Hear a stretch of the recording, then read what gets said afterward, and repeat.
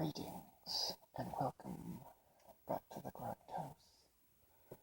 Before I begin this, I just wanted to get a few shots of this is Ninja, or our Grindhouse kitty, one of three. Anyway, tonight we look at, there we are, tonight we look at number 8, I believe, in the top 10 Grindhouse films.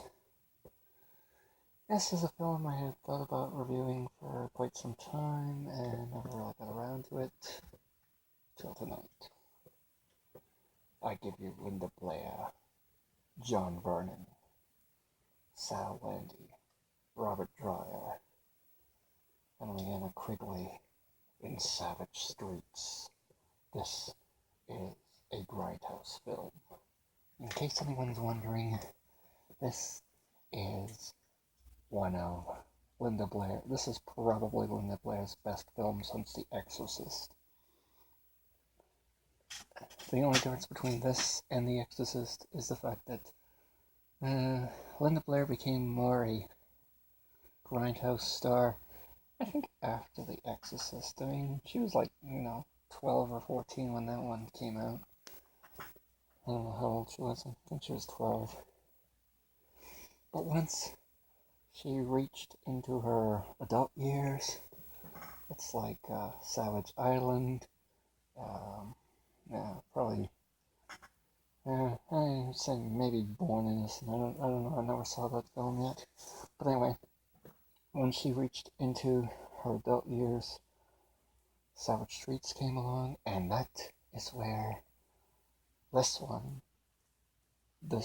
particular film is definitely Grindhouse material. This is essential Grindhouse viewing. This is the kind of film they should have been showing every other, for months on end at Grindhouse theaters in like New York City's 42nd Street when, the film came out in like 84, a good year for exploitation films, probably till Ed Meese and the Reagan administration tried to close down every Grindhouse theater known to man. But that's another story altogether. Anyway, getting to the story. Linda Blair plays the leader of a all-girl gang named the Satins. And on the other side is this group of guys led by Robert Dreyer's character, Jake. They are the Scars. Naturally, they're at war with one another, pretty much, the two gangs. But it starts out basically it was a joke that they played on the Scars when they took the car and then they, took it for a joyride, trashed it, and literally covered it with trash.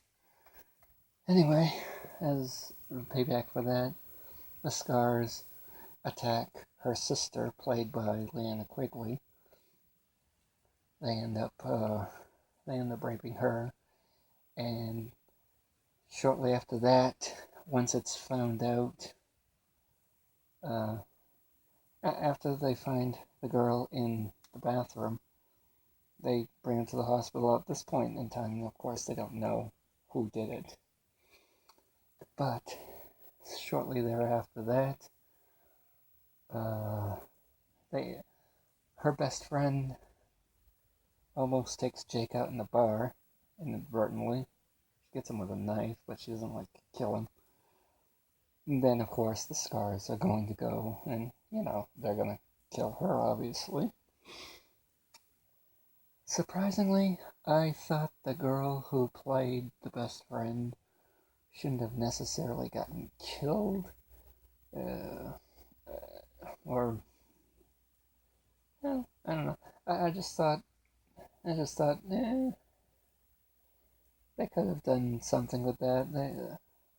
It was pretty brutal. They throw her off.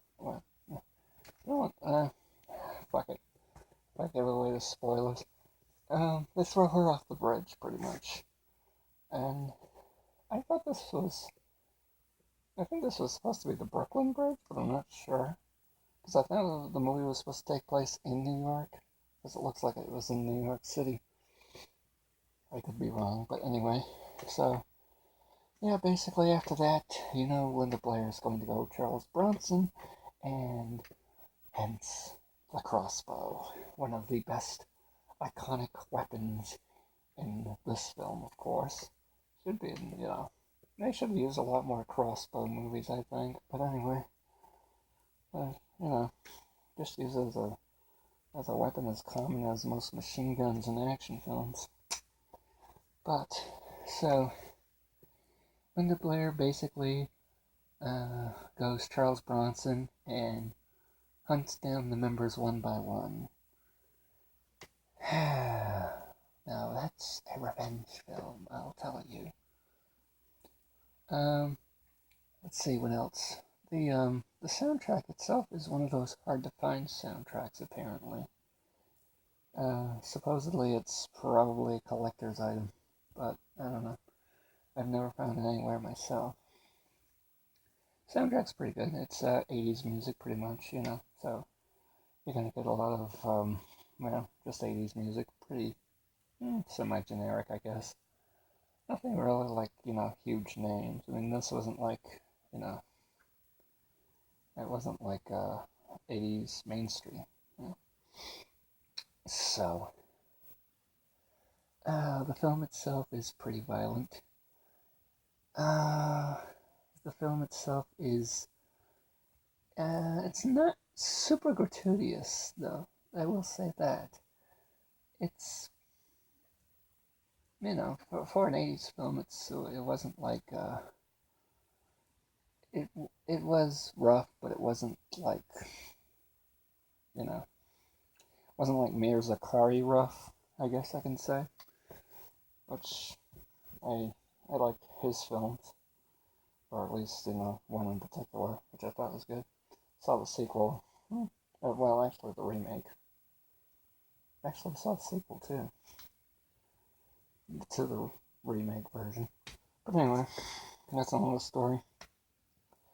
All in all, this one is not as gratuitous as those type of films, but it's a definite revenge film, and it's not going to be one of those, oh, we caught the criminal, we're going to give him a trial, blah, blah, blah, we're going to throw him in jail type of deal, like, some films are infamous for doing that.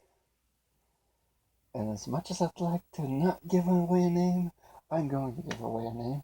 Day of the Panther pulled that crap, and anyway, that's another movie. I don't know if I reviewed that or not.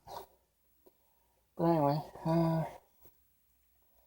this has been the Grindhouse, and this has been number 8 in the top 10 Grindhouse films.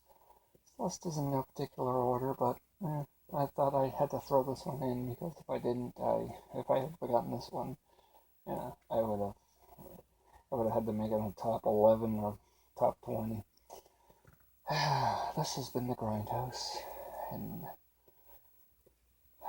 Captain Grindhouse says, until we meet again.